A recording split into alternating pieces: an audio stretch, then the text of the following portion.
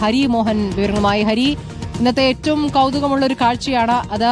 ഇന്നലെ വരെ ഇടത് സഹയാത്രികനായി ചാനൽ ചർച്ചകളിൽ മുഖമായി വന്നിരുന്ന റെജി ലൂക്കോസ് ഇന്നിപ്പോൾ ഇതാ രാജീവ് ചന്ദ്രശേഖരനെ ഷോളടിയിച്ച് BJP-യിലേക്ക് സ്വീകരിച്ചിരിക്കുന്നു.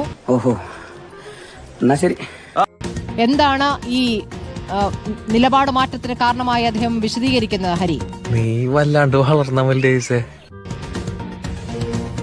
തീർച്ചയായിട്ടും ഒരു കൗതുകമുള്ള വാർത്ത തന്നെയാണ്. കഴിഞ്ഞ 13 വർഷമായി റെജി ലൂക്കോസ് തന്നെ പറയുന്നത് പ്രകാരം കഴിഞ്ഞ 13 വർഷമായി CPM സഹയാത്രികനായി ഇടത് സഹയാത്രികനായി ചാനൽ ചർച്ചകളിൽ പങ്കെടുത്തുകൊണ്ടിരുന്ന വ്യക്തിയാണ്. ിലെങ്കിലും ഒരു ദിവസം പെട്ടെന്ന് ഇപ്പോൾ BJP സംസ്ഥാന അധ്യക്ഷൻ രാജീവ് ചന്ദ്രശേഖരൻ നിന്ന് BJP-യുടെ അംഗത്വം എടുത്തുകൊണ്ട് അദ്ദേഹത്തിന്റെ സാന്നിധ്യത്തിൽ മാധ്യമങ്ങളോട് സംസാരിക്കുകയായിരുന്നു റെജി ലൂക്കോസ്. ആശയപരമായ ഒരു മാറ്റം എന്നുള്ള നിലയിൽ തന്നെയാണ് റെജി ലൂക്കോസ് അതിനെ പറയുന്നത്. ഭയങ്കരം തന്നെ.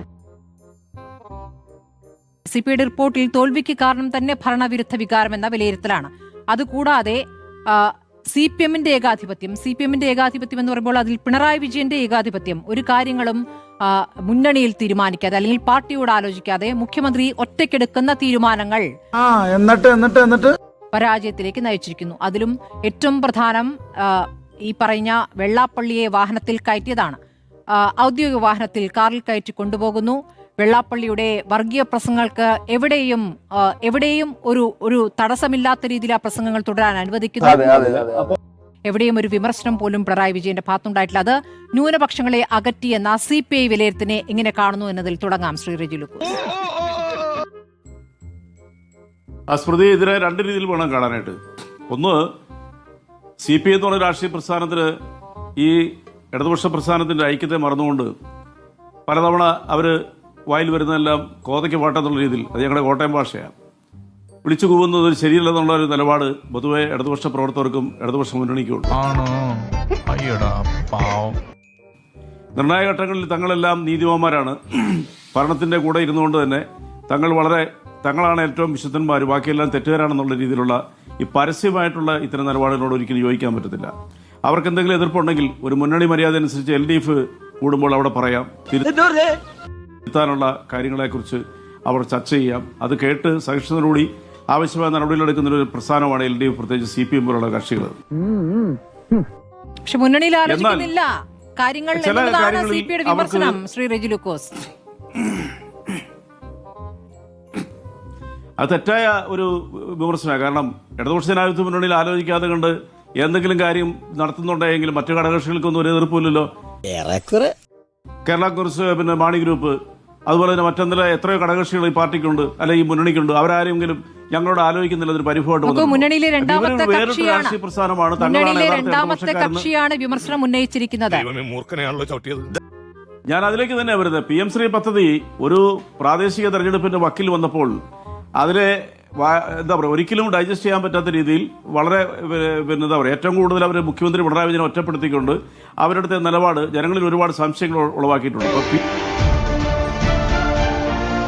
PM ഉഷ എന്ന് പറഞ്ഞൊരു പദ്ധതി, ഇതിന്റെ മറ്റൊരു ബൈ പ്രോഡക്റ്റാണ് കേന്ദ്ര സർക്കാരിന്റെ.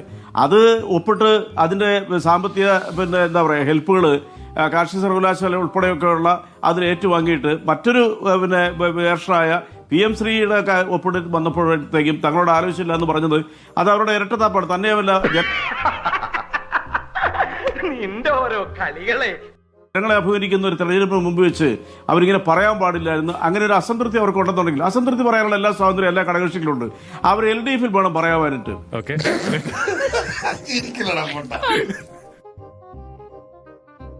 30 വർഷമായി ഇടത് സഹയാത്രികനായിരുന്നു, 7 വർഷമായി പാർട്ടി അംഗത്വമുണ്ട് എന്നങ്ങ് പറഞ്ഞു. അപ്പോൾ ഒരു സുപ്രഭാതത്തിൽ BJP-യിലേക്ക് പോകാമെന്ന് ആലോചിച്ചതാണോ അതോ BJP-യുടെ ആശയങ്ങൾ തന്നെ മിനിഞ്ഞാന്ന് കൂടി ഒളിച്ചു കടത്തുകയായിരുന്നോ അങ്ങ് ഇടത് സഹയാത്രികനായി നിന്നുകൊണ്ട്?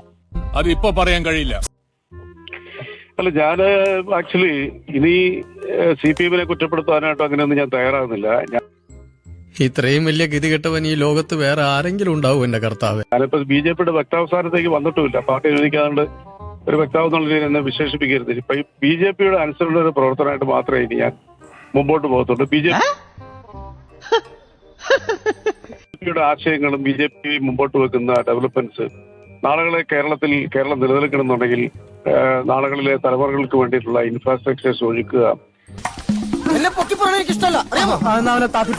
അത് പ്രവർത്തിക്കാൻ പറ്റാത്ത രാഷ്ട്രീയ പ്രസ്ഥാനങ്ങളെ വരുന്ന തലമുറ എഴുതി തള്ളും. അന്നും ബോധ്യമായതുകൊണ്ട് ഞാൻ തീർച്ചയായിട്ടും അതിനുള്ള സാഹചര്യം വികസനത്തെക്കുറിച്ചും നാളുകളിലെ കേരളത്തിന്റെ ഉയർച്ചയെക്കുറിച്ചും നടത്തുന്ന അതിനെക്കുറിച്ച് പ്രതികരിക്കുന്ന കേരളത്തിലെ BJPയുടെ സംസ്ഥാന പ്രസിഡന്റ് ബഹുമാനപ്പെട്ട രാജീവ് ചന്ദ്രശേഖരനെ പോലുള്ളവരുടെ വിഷനും നരേന്ദ്രമോദി ഈ രാജ്യത്ത് നടത്തിയ വികസനങ്ങളെ കുറിച്ചൊക്കെ ഞാൻ ഉത്തരേന്ത്യയിലേക്ക് പല സ്ഥലങ്ങളിൽ യാത്ര ചെയ്ത് എന്നെ നേരിട്ട് വർഷങ്ങൾക്ക് മുമ്പ് ഞാൻ പോയി ആ മാറ്റങ്ങൾ നേരിട്ട് കണ്ടിട്ടുണ്ട്. ഇവരൊക്കെ എന്നാ ഉത്തരവാദിത്ത ബോധം ഉണ്ടാകുന്നത്?